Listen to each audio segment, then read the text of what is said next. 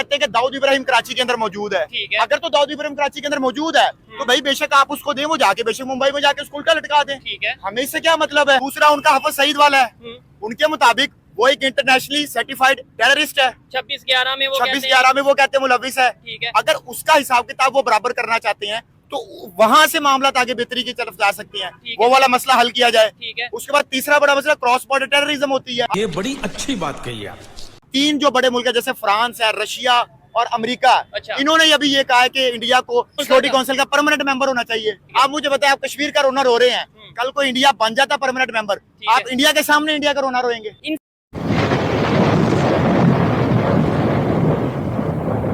नमस्कार दोस्तों, क्या हाल है। होप करता हूँ कि आप ठीक होंगे और स्वागत करता हूँ आपका भारत फर्स्ट में।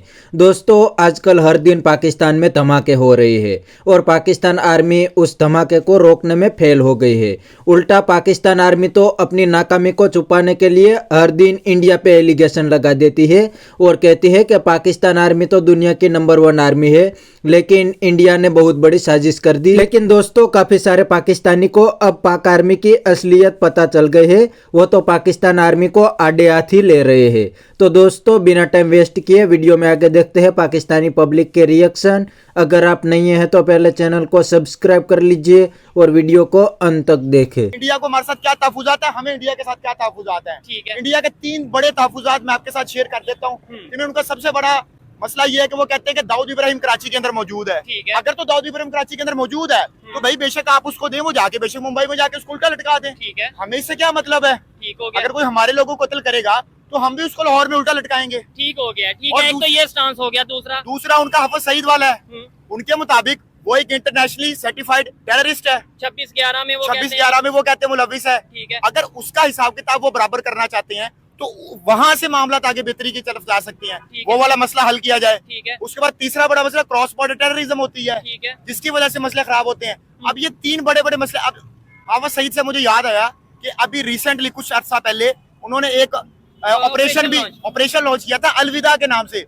आपको ये सुनकर हैरानी होगी कि वो वहां तक पहुंच गए थे कि यहाँ तक कि उसके घर जो अखबार आता था वो भी उनको पता था, और ये प्राइम मिनिस्टर मोदी के सुपरविजन में ये ऑपरेशन चल रहा था। ठीक हो गया, लेकिन वो किसी वजूहात की वजह से वो कामयाब नहीं हो पाया। लेकिन अगर वो कामयाब हो जाता तो आज ये हाफिज सईद वाला मसला ये एब्सोल्यूट हो जाना था, ये मसला खत्म हो जाना था। लेकिन अब वो मसला खत्म नहीं हो पाया। जब तक हम इन 3 चीजों के ऊपर कोई ना कोई अपनी तरफ से पॉजिटिव राय नहीं देंगे, या हमारी गवर्नमेंट को बात नहीं होगी, क्योंकि आपके बात करने से, मेरे बात करने से जाहिर है ओपिनियन तो हम अपनी दे सकते हैं। ठीक है, देखिए मैं इधर ये कहना चाहूंगा कि देखिए एज ए पाकिस्तानी मैं तो ओपनली चाहता हूँ कि सिर्फ इंडिया ही नहीं, दुनिया के हर कंट्री के साथ रिलेशन बेहतर हो, खास तौर पे नेबर के साथ, चाहे ईरान है, अफगानिस्तान है, और कई वीडियोस में मैं कह चुका हूँ।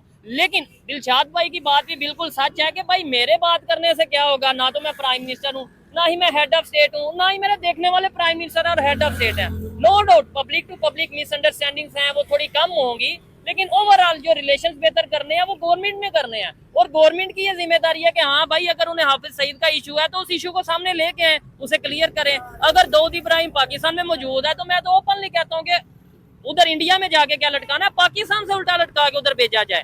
देखे ना, उधर अगर उन्होंने जाने ली और ये सारे मामला किए।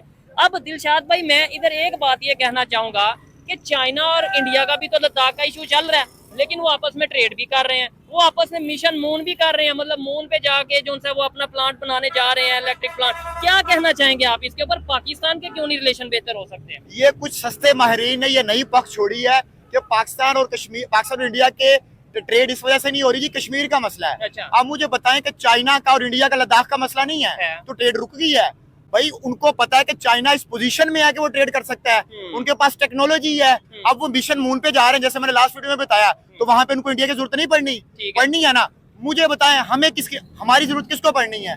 तो ऐसा कोई मसला नहीं है। ठीक है। अच्छा दिलशाद भाई एक बात मुझे बताएं, अगर कुछ बहुत से लोग पाकिस्तान से, मैं खुद अक्सर ये कहता हूँ यार डायलॉग होने चाहिए, क्या इस टाइम इंडिया डायलॉग करेगा पाकिस्तान के साथ? जो इस टाइम इंडिया की पोजीशन, स्टांस, पावर है जो पाकिस्तान का है, और जो पास में रह चुका है, डायलॉग का जो फायदा या नुकसान हुआ है, क्या इंडिया डायलॉग करेगा? देखिए, अगर आज से आप 15-20 साल पहले चले जाए ना, तो पाकिस्तान और इंडिया जब भी यूनाइटेड नेशंस में जाते थे ना, तो एक दूसरे की शिकायतें लगाते थे। उसको अगर आम लफ्जों में कहा जाए कि वो पाकिस्तान जाके कहता था कि भाई इंडिया ने पानी बंद कर दिया, इंडिया मुसलमानों को मार रहा है, इंडिया ने कश्मीर में कर्फ्यू लगा दिया, और इंडिया जाके बातें करता था जी क्रॉस टेररिज्म हो रही है, ये हो रहा है, वो हो रहा है। अब आप नोट कर लें कि इंडिया ने ये बातें यूनाइटेड नेशन के अंदर कहनी छोड़ दी हैं, वो इससे ऊपर उठ गए हैं। वो इन मसलों को मसला समझ नहीं। इवन कश्मीर का तो डॉक्टर जयशंकर ने कहा कि ये तो बायलैटरल प्रॉब्लम है, ये तो इंटरनेशनल इशू है ही नहीं है, इसको मिलके बैठ के हम सॉल्व करेंगे, हमारा मसला हम जैसे मर्जी सॉल्व करें। इवन उन्होंने यूनाइटेड नेशंस को खरे खरे जवाब दिए हैं। अमेरिका को उन्होंने बोला कि हमारे इंटरनल इशू में, इंटरनल मैटर्स में बात करने तो क्या